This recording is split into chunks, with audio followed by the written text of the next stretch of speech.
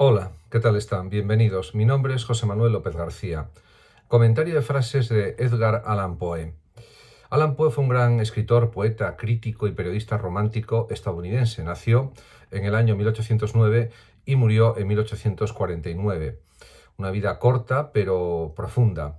Fue conocido por sus breves historias y poemas evocadores que capturaron la imaginación y el interés de los lectores de todo el mundo. Es también recordado especialmente por sus cuentos de terror y su narrativa imaginativa y sus historias de misterio fueron las semillas de las historias de detectives modernas. Muchas de las obras de Poe, entre ellas El corazón del cuento, La caída de la casa de User y El cuervo, se convirtieron en clásicos de la literatura universal. Algunos aspectos de la vida de Poe, como su literatura, están envueltos en un cierto misterio y las líneas entre la realidad y la ficción parecen confundirse en muchos casos, también considerando su extraña muerte. A partir de ahora comentaré algunas frases seleccionadas, algunas citas célebres de Edgar Allan Poe. La primera dice así: el verdadero genio se estremece ante el estado incompleto, la imperfección, y generalmente prefiere el silencio a decir algo que no es todo lo que se debe decir. Efectivamente, el genio quiere la totalidad, quiere la completitud, quiere expresar algo completo, algo redondo, algo perfecto. Y eso siempre es algo difícil, aunque puede ser conseguible. Depende del talento de cada escritor, de cada artista en general. O en otra de sus frases dice Poe lo siguiente: crees solo la mitad de lo que ves y nada de lo que oyes. Probablemente lo de decir nada de lo que oyes significa que puede haber sentidos confusos. El lenguaje, por supuesto, es ambiguo, el lenguaje natural, como se sabe, el lenguaje lógico no, pero el cotidiano, que es el que utilizamos normalmente, pues realmente tiene muchos matices imprecisos, y eso quizás es lo que pues el propio Poe señala, esa imprecisión del lenguaje. Y en cuanto a creer la mitad de lo que se ve, pues realmente, efectivamente, pues hay errores de visión, errores en la visualización de lo que sucede, etcétera, y eso es algo también muy común. Por lo tanto, se entiende perfectamente que haya dicho esta frase. En otra de sus frases dice Edgar Allan Poe: en lo profundo de esa oscuridad, mirando detenidamente, siempre estuve allí preguntándome, temiendo, dudando, soñando sueños que ningún mortal jamás se atrevió a soñar antes. En efecto, pues él tenía una gran imaginación como escritor y siempre le asaltaban preguntas, dudas, cuestiones que él quería resolver y que de alguna manera expresaba en su literatura, en sus obras escritas.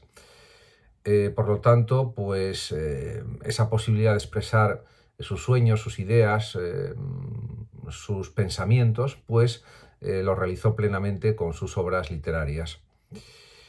También él reconoce que en alguna de sus frases que quizás tenía momentos, diríamos, de exaltación, momentos también de desaliento, etcétera, y por eso dice: me volví loco con largos intervalos de horrible cordura. Porque la cordura también puede ser algo horrible desde su perspectiva, en el sentido de que nos hace conocer la realidad profunda de una manera, diríamos, intensa, y eso puede ser algo a veces doloroso, pero es lo que sucede realmente. En otra de sus frases dice Poe: me quedé demasiado dentro de mi cabeza y terminé perdiendo la cabeza. Con esto quiere decir que si hay demasiados pensamientos internos, pues diríamos eso es contraproducente para el equilibrio psicológico, y por lo tanto hay que también tener más contacto con la realidad exterior precisamente para estar mejor mentalmente, y en ese sentido pues se podría interpretar esta frase, por supuesto también con otros significados, pero que irían en relación con este que acabo de expresar. También él consideraba que la duda era algo importante en el ámbito del conocimiento y en general, y dice: el creyente es feliz, el que duda es sabio. En efecto, porque dudar supone no admitir ningún tipo de dogmatismo, ningún tipo de verdad absoluta, y en ese sentido, diríamos, el saber propicia también las dudas, las interrogaciones, las investigaciones, etcétera. También en relación con el ámbito poético, el que fue un gran poeta, uno de los mejores poetas estadounidenses de todos los tiempos, pues señaló su importancia y dijo: para mí la poesía no ha sido un propósito, sino una pasión. Era algo que le entusiasmaba, que le gustaba profundamente, y por eso se dedicó a componer poesías. Y realmente pues era algo de lo que él gozaba también. Además, en relación con la poesía de las palabras, él señala que considera esa poesía de las palabras, y lo dice explícitamente, como la creación rítmica de la belleza. En definitiva, la belleza se puede conseguir no solamente con la pintura, con las artes plásticas o figurativas, sino también con la utilización de los términos, de los vocablos, de las palabras. Y en eso también era un gran experto el propio Edgar Allan Poe. También él, por otra parte, relativizaba pues muchas cuestiones y llegó a decir: todo lo que vemos o sentimos es solo un sueño dentro de un sueño. Algo parecido a lo que expresaba Calderón de la Barca y otros grandes escritores anteriores a él. También en otra de sus frases dice que todo sufrimiento proviene del anhelo, del apego y del deseo. Si no tuviéramos anhelos, apegos y deseos, pues tendríamos muchos menos sufrimientos, pero tampoco seríamos seres, diríamos, comprometidos con nuestra propia vida, seres que buscan pues conseguir logros, seres que buscan también pues realizar la vida que ellos desean, y desear un tipo de vida, desear unos logros en la vida, querer hacer lo que uno quiere, supone deseo, supone apego, supone anhelo, supone sufrimiento, supone esfuerzo en definitiva, y el esfuerzo podemos decir que es un tipo de sufrimiento, aunque parezca que no. Aunque puede ser un esfuerzo gozoso, pero siempre supone pues una tarea a realizar, y esa tarea no se realiza sola, hay que ejecutarla con acción, con actividad, y eso requiere esfuerzo. Entonces se ven las connotaciones que esto supone en relación con la cuestión del sufrimiento, aunque sea entre comillas. Mm, por otra parte, él, el propio Poe, dice en otra de sus frases lo siguiente: temo los eventos del futuro, no en sí mismos, sino en sus resultados. En efecto, porque los procesos que van a suceder en el futuro, las situaciones, los acontecimientos del futuro, tendrán unas consecuencias, y esas consecuencias son las que pueden satisfacernos, alegrarnos o entristecernos. Y por tanto, realmente eso hay que analizarlo claramente. Por otra parte, también él reconoce que cuando era joven pues pasó momentos difíciles, y así lo dice en una de sus frases, o lo expresa de alguna manera diciendo: y siendo joven y sumergido en la locura, me enamoré de la melancolía. Porque efectivamente lo propio de los poetas románticos de la primera mitad del siglo XIX era sumergirse en la tristeza, en la melancolía, en el sufrimiento, y era lo que luego daba lugar a la producción de una literatura poética bellísima en muchos casos. Por lo tanto, pues es entendible que él diga este tipo de cosas, el propio Poe. También hace una comparación, Poe, entre la locura y la sobreactivación de los sentidos. ¿Y eso qué significa?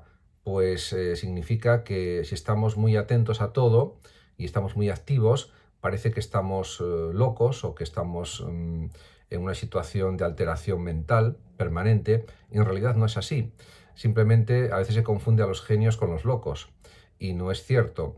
Hay una diferencia clara entre un genio y un loco. En cualquier caso, pues él señala este tipo de paradojas aparentes, podríamos decir.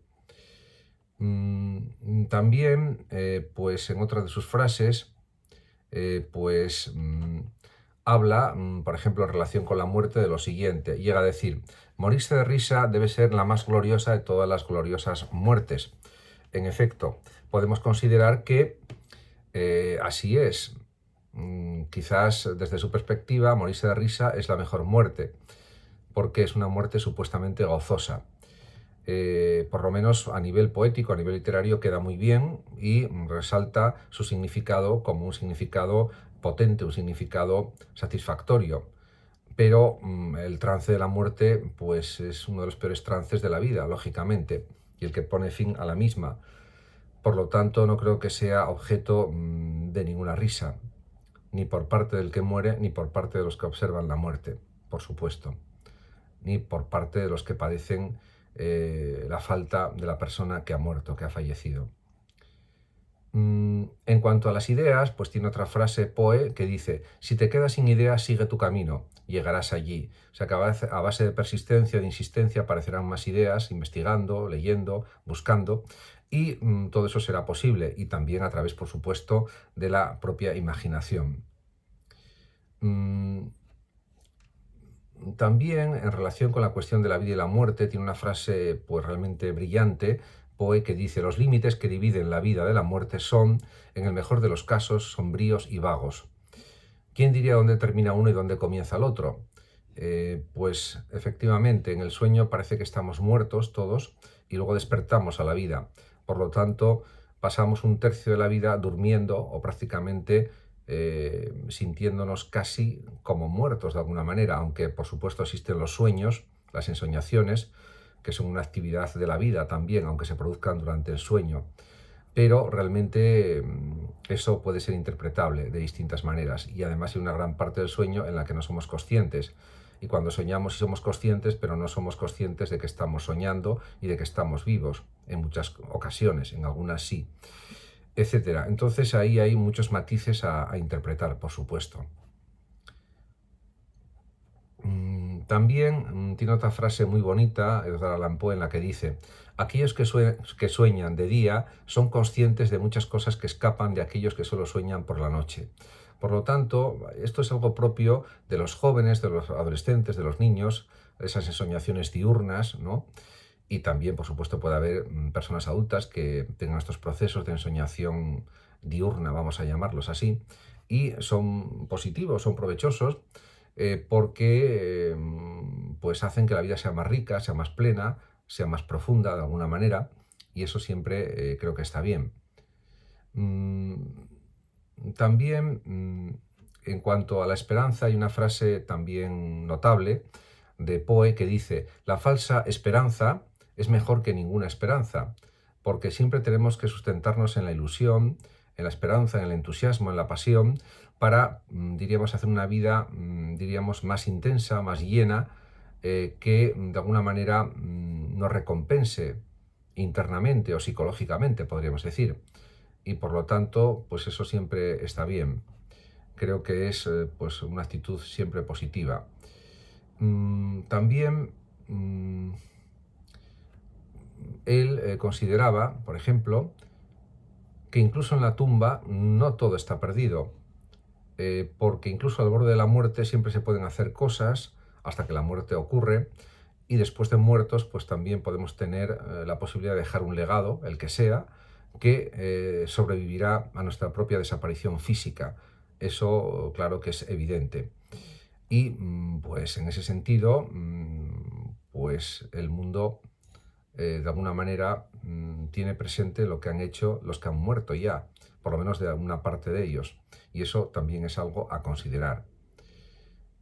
También él reconocía, y así lo dice explícitamente, que las mejores cosas en la vida te hacen sudar. Efectivamente, para conseguir grandes cosas hay que esforzarse mucho o muchísimo, y eso te puede hacer sudar, te puede hacer sufrir, pero al final hay una compensación, hay un resultado, hay unos resultados que te compensan del esfuerzo realizado, siempre. Y por lo tanto, pues es algo siempre a considerar, a tener presente en nuestra mente. Por lo tanto, pues también él pues consideró el gran valor de la belleza, como gran poeta que fue, gran escritor que fue, y dice: la belleza de cualquier tipo, en su desarrollo supremo, invariablemente excita al alma sensible hasta las lágrimas, efectivamente.